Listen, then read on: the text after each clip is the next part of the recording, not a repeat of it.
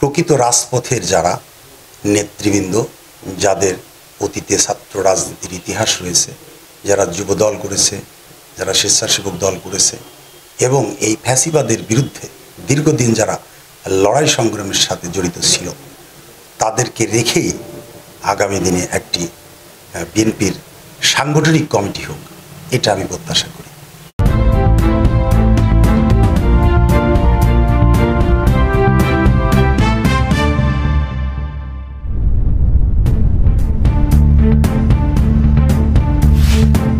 বিসমিল্লাহির রহমানির রহিম। আপনারা নিশ্চয় জানেন যে বিগত ফ্যাসিস্ট শেখ হাসিনার দীর্ঘ 17 বছর অত্যাচার, নির্যাতন, জুলুমের বিরুদ্ধে এদেশের ছাত্র জনতার গণঅভ্যুত্থানের পরে বাংলাদেশে দীর্ঘদিন পর বিএনপির দল গোছানোর কাজ চলছে। তারই অংশবিশেষ কুমারখালী উপজেলা বিএনপির দ্বিবার্ষিক সম্মেলন বিগত 19 আগস্ট কথা ছিল। হঠাৎ কুষ্টিয়া জেলার যে এই নির্বাচন কমিশন কর্তৃক আমরা একটা চিঠি পেয়েছি, সেই চিঠির মাধ্যমে আমরা জানতে পারলাম যে নির্বাচন সাময়িক স্থগিত করা হয়েছে। এ বিষয়ে আমার বক্তব্য, সুস্পষ্ট বক্তব্য।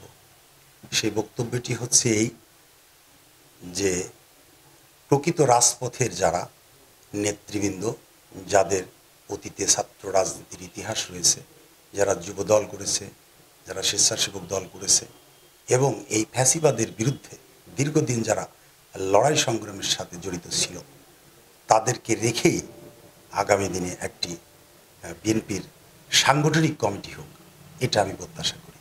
তবে বন্ধ হওয়ার যে কারণ আপনারা বলছেন, এর মধ্যে মূল কারণ হচ্ছে যে মাইম্যান পলিটিক্স, এটা এমপি প্রার্থীদের জটিলতা। যার যার মতো সেই তাদের নিজেদের লোকজনকে এই কমিটিতে টানার একটা অসুস্থ প্রতিযোগিতা আমরা লক্ষ্য করেছি। সেই ক্ষেত্রে আমি ঢালাওভাবে কারোর পক্ষে বা বিপক্ষে আমার কোনো বক্তব্য নেই।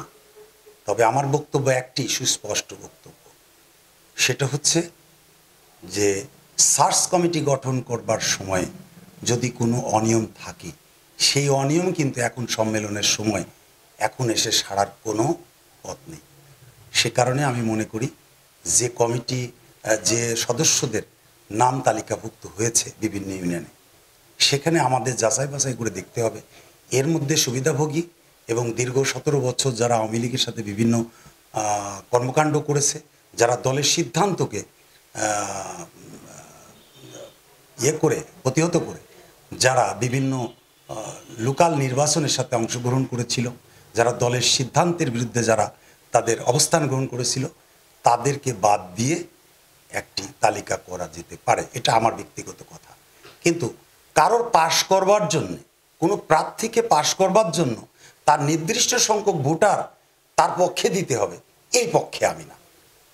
সেই কারণেই আমি মনে করি জেলা কমিটির সাথে বিভাগীয় সাংগঠনিক কমিটির একসাথে একটা বৈঠক করি। এই মুহূর্তে আমাদের যেহেতু জেলা সম্মেলনের একটা তাগিদা দিয়েছ, খুব স্বল্প সময়ের মধ্যে আমাদের একটা সম্মেলন করতে হবে। আপনারা জানেন আমাদের অল্প কিছু দিনের মধ্যেই জাতীয় সংসদ নির্বাচন অনুষ্ঠিত হবে। সে কারণে আমাদের সাংগঠনিক এই সমস্ত কমিটিগুলোর খুব দ্রুত গতিতেই শেষ করতে হবে। সেই কারণে কমিটিকে, এই সম্মেলনকে বিলম্বিত করবার জন্য যদি কোনো কারোর কোনো অভিলাষ থেকে থাকে, সেটাও আমার মনে হয় ঠিক না।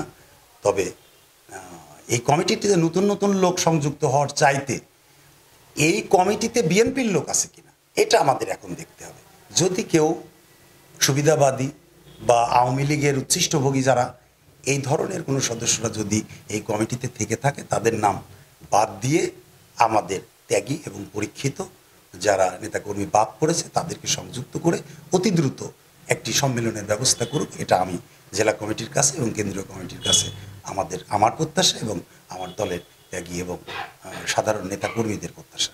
ধন্যবাদ।